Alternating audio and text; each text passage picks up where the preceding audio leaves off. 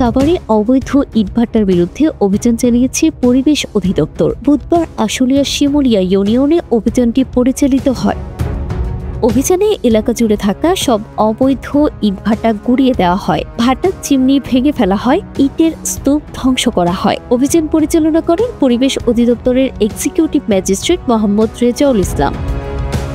তিনি বলেন, সাভারে অবৈধ কোনো ইটভাটা থাকবে না, পরিবেশ ও জনস্বার্থের স্বার্থে অভিযান চলবে। তিনি আরও হুঁশিয়ারি দেন, ভবিষ্যতে কেউ অবৈধভাবে ইটভাটা চালু করলে কঠোর আইনানুগ ব্যবস্থা নেওয়া হবে।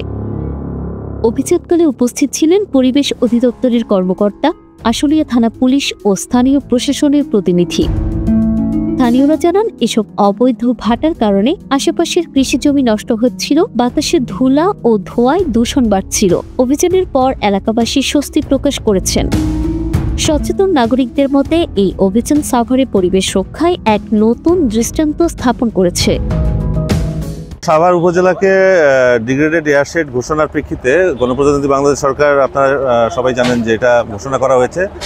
তো এই ঘোষণার প্রেক্ষিতে সাভার উপজেলায় কোনো ইটভাটা, অবৈধ বৈধ কোনো ইটভাটাই থাকবে না। এখানে বায়ু দূষণের কোনো এলিমেন্ট থাকবে না। তো এর প্রেক্ষিতে আমরা আজকে আশুলিয়াতে অভিযান পরিচালনা করছি। আমরা যতদূর জানি যে এই ক্লাস্টারে 6 থেকে 7টির মতো ইটভাটা রয়েছে। তো আজকের দিনের কার্যক্রমে আমরা চেষ্টা করব এই সবগুলো ইটভাটার কার্যক্রম বন্ধ করা। কিলন থেকে শুরু করে কাঁচা ইট, আমরা এখানে এসে পেয়েছি যে কাঁচা ইট তারা তৈরি করেছে আগাম, তারা এই নিষেধাজ্ঞা অমান্য, তারা এই কার্যক্রম পরিচালনা করছে। এখানকার ইটভাটার কার্যক্রম বন্ধ করব। কার্যক্রম বন্ধ করার মধ্যে থাকবে এটা বিদ্যুৎ সংযোগ বিচ্ছিন্ন, এখান যে কাঁচা ইট তারা তৈরি করেছে সেগুলো ধ্বংস করা এবং চিমনি ভেঙে ফেলা, এবং তাদেরকে জরিমানা করা হচ্ছে। যদি তারা জরিমানা সঠিক সময় মতো পরিশোধ করতে ব্যর্থ হয়, তাহলে সেক্ষেত্রে তাদের জেলের ঘোষণা দেওয়া হবে।